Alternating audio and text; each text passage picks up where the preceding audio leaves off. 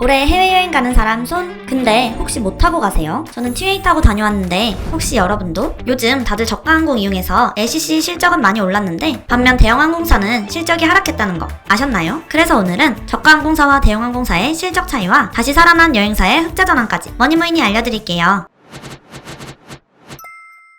드디어 3년 만에 해외여행이 자유로워졌죠? 덕분에 그동안 힘들었던 항공, 여행업계가 살아나고 있어요. 특히 국제선 여객이 폭발적으로 늘어났는데 올해 1분기는 작년에 16배나 증가했다고 합니다. 심지어 저가항공을 이용한 여객은 작년에 비해 무려 104배나 늘어났다니 놀라운데요? 항공업계 관계자는 부담이 적은 단거리 여행을 선호하는 추세가 지속될 것으로 보인다. 일반적으로 2분기는 항공업계의 비수기지만 현재 상황이 유지된다면 2분기에도 저가항공사가 좋은 성적을 거둘 수 있으리라 생각한다. 고 말했어요. 게다가 그동안 인원 감축을 했던 여행사, 이들도 해외여행 패키지 수요가 증가하면서 올해 1분기에 다시 실적이 좋아지고 있어요. 이에 여행업계는 2024년부터 이전 수준의 매출을 회복할 것이라고 보고 있습니다. 특히 TA는 올해 1분기에 사상 최대 실적을 기록했는데요. 다시 해외여행객이 늘어날 것을 대비해 대형 항공기 세대를 도입했고 조종사, 승무원도 계속 채용해왔어요. 그 덕분에 작년 하반기부터 재개된 국제선 노선에 바로 인력을 투입할 수 있었죠. 심지어 국내 저가항공 최초로 시드니 노선을 취항했는데 평균 85% 이상의 탑승률을 기록했다고 합니다. 덕분에 1분기 매출이 작년보다 500% 증가했고 흑자 전환이 이루어졌죠. 이렇게 발빠르게 대비해서 최대 실적을 기록할 수 있었던 것 같아요. 또한 제주항공, 진에어 등도 흑자 전환에 성공할 것으로 보입니다. 저가항공의 주력인 일본, 동남아 노선 수요가 늘어났기 때문이죠. 심지어 대한항공과 아시아나의 합병으로 슬롯 재분배와 정부의 해외 노선 확대 덕분에 저가항공사들이 중대형 항공기 도입에 나서고 있는데요. 에어프레미아는 대형 항공기를 통해 미국 뉴요크와 독일 프랑크푸르트 노선이 유명해지기도 했죠. 이에 한 관계자는 빠른 인력 채용과 노선 증편을 통해 더 높은 실적을 기대할 수 있다. 항공사마다 항공기 도입을 검토하고 있고 대한항공, 아시아나항공의 합병 이슈가 있기에 하반기까지 실적은 더욱 좋아질 것으로 보인다 라고 말했습니다. 보통 항공사의 손익분기점은 탑승률 80%인데 최근 저가항공사들은 90%를 기록하면서 앞으로도 이런 기조를 이어나갈 것으로 보고 있어요. 반면 대형 항공사들은 1분기 실적이 기대에 미치지 못했는데요. 주된 이유는 바로 항공 화물 사업 때문입니다. 지난 3년간 대형 항공사들은 화물 사업으로 매출을 냈었는데 해외여행 수요가 늘면서 여객기 아래에 화물칸 공급도 증가했고 이에 운임 가격이 떨어진 탓이죠. 대한항공의 올해 1분기 화물 매출은 지난해 6분의 1도 못 미쳤다고 해요. 또 저가항공사는 여행 수요를 대비해서 미리 노선을 늘렸지만 대형항공사는 지난달 말에서야 항공편을 늘리기 시작했습니다. 이들의 국제선 운항 회복률은 2019년과 비교하면 60% 정도밖에 안 된다고 해요. 게다가 중장거리 노선의 항공기는 운행 비용이 많이 들어가는데 단거리 운항을 주로 하는 저가항공에 비해 수익성이 떨어지죠. 여행사들도 다시금 호황기를 맞이하고 있어요. 하나투어는 힘들었던 시기를 벗어나 3년 6개월 만에 흑자를 냈습니다. 1분기 매출은 작년 대비 750% 정도 증가했어요. 지난해 4분기부터 해외여행이 다시 활성화되고 성수기인 1분기까지 이어지며 매출이 증가했기 때문인데요. 게다가 하나 오리지널과 같은 상품을 재정비하고 모바일 앱을 개편하며 노력한 끝에 실적이 늘어난 것으로 보고 있습니다. 또 다른 선두주자 모두투어 역시 올해 1분기 흑자 전환에 성공했어요. 모두투어 관계자는 해외여행 수요 증가와 설 연휴 특수 효과로 코로나 이후 처음으로 패키지 속출객 수 6만 명을 돌파했다. 동남아시아와 일본의 성장세가 뚜렷하며 중국을 제외한 전 지역의 모객 수도 고르게 증가했다. 고 말했습니다. 여행업계가 지난 3년간 인력을 많이 줄인 거 아시죠? 현재 하나투어 임직원 수는 2019년 대비 53%, 모두투어는 48% 줄었다고 하는데요. 업계에서는 현재 인원으로 늘어나는 여행객 수를 감당할 수 없고 인력난에 부딪힐 수 있다고 보고 있어요. 이에 하나투어는 3년 만에 공채 신입사원을 뽑았고 지난해 3월부터는 실적 개선에 따라 특별 보상 제도를 운영하고 있습니다. 모두투어도 수시 채용을 하면서 연간 영업이익 목표를 달성하면 33%를 직원에게 지급하기로 했죠. 여행업계가 살아난 덕분일까요? 지난 3년간 줄어들었던 여행사 취업자가 다시 증가세로 돌아섰다고 해요. 정말 오랜만에 되살아난 여행업계. 앞으로는 힘들었던 지난날이 되풀이되지 않고 계속해서 호황기를 노렸으면 좋겠네요. 자, 오늘의 머니모이는 여기까지. 오랜만에 항공, 여행업계가 활기를 띈 만큼 꾸준히 이어지기를, 그리고 모두 안전하게 여행 다녀오길 모랑이가 빌겠습니다. 여러분의 여행 계획은 어떠신가요? 댓글로 여러분의 의견을 알려주세요.